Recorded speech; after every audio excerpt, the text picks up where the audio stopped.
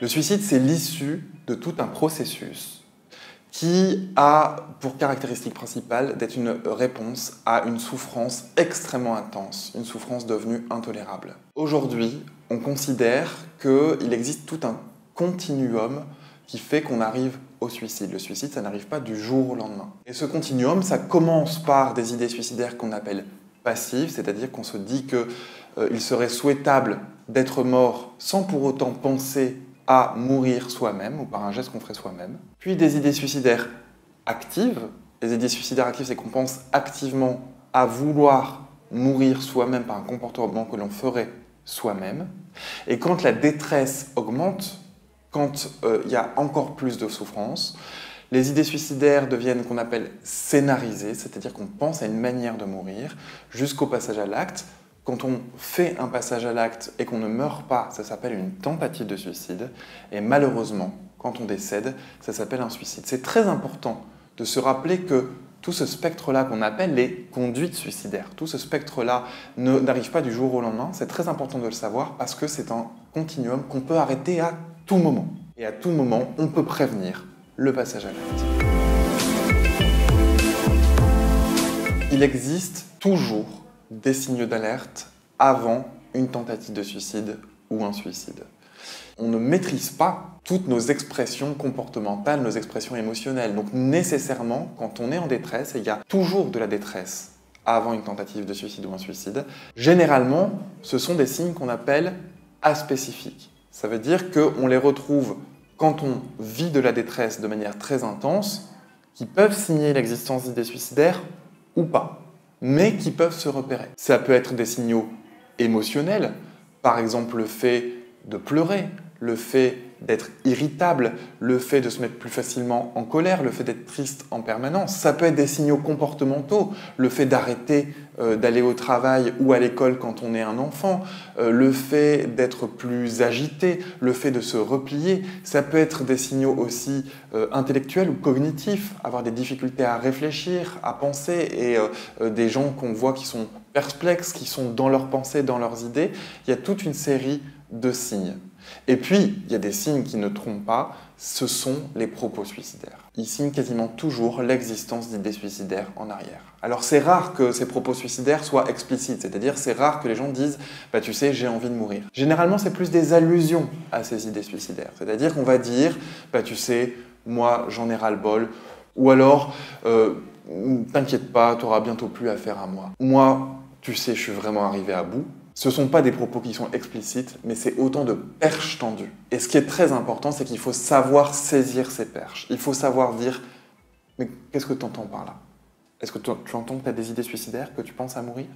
Donc il y a toujours des signes d'alerte qu'il faut savoir saisir et percevoir. Mais attention, ça peut être normal aussi de ne pas percevoir ces signes. Et souvent, les personnes qui sont dans l'entourage de quelqu'un qui est décédé par suicide disent « on n'a pas vu, on n'a pas perçu ».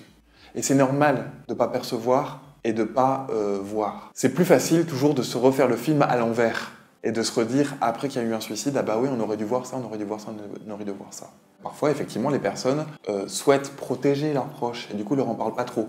Mais c'est pas pour autant qu'il n'y a pas de signe d'alerte.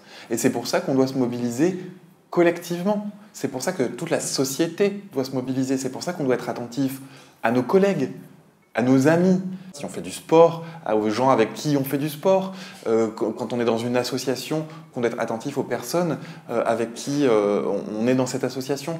Il y a une vigilance collective à avoir.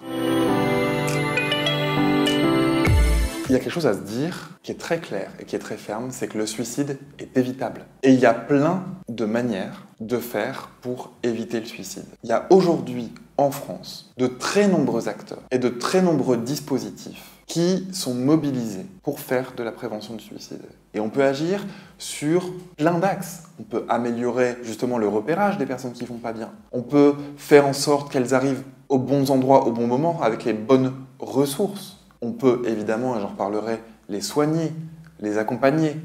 On peut éviter, pour les personnes qui ont fait une tentative de suicide, qu'elles fassent une nouvelle tentative de suicide. C'est par exemple le dispositif Vigilance qu'a monté le professeur Veva au CHU de Lille, qui travaille justement spécifiquement à faire en sorte que les personnes qui ont fait une tentative de suicide ne fassent pas de nouvelles tentatives de suicide ou ne se suicident pas. Dans tous les cas, ce qu'il faut se dire, c'est que les personnes qui ont des idées suicidaires sont toujours en grande détresse et qu'une intervention permet, dans la quasi-totalité des cas, d'apaiser cette détresse, de sorte à ce que les idées suicidaires soient moins intenses, voire qu'elles disparaissent, et d'éviter un passage à l'acte. Et puis, ce qu'il faut se dire aussi, c'est que le suicide, c'est très fréquemment associé à un trouble de santé mentale et une pathologie psychiatrique, notamment la dépression, et que ces troubles de santé mentale se soignent et s'accompagnent. Il y a une ressource qu'il faut aussi retenir, qui est très importante, et qui est relativement nouvelle, c'est le 3114. Le 3114, c'est le numéro national de prévention du suicide. Ce numéro-là, il est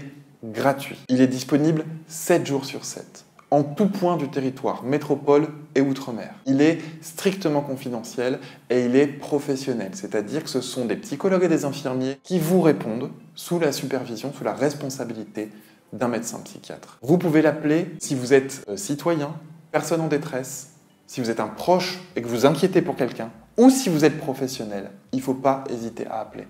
On peut appeler parce qu'on est en détresse et qu'on a ses premières idées suicidaires, ou parce que vraiment on envisage de passer à l'acte. On peut aussi appeler quand on a été touché par un suicide et qu'on est en difficulté en lien avec ce deuil du fait du suicide. Donc vraiment, c'est un numéro qu'il ne faut pas hésiter à appeler, je le rappelle, 3114.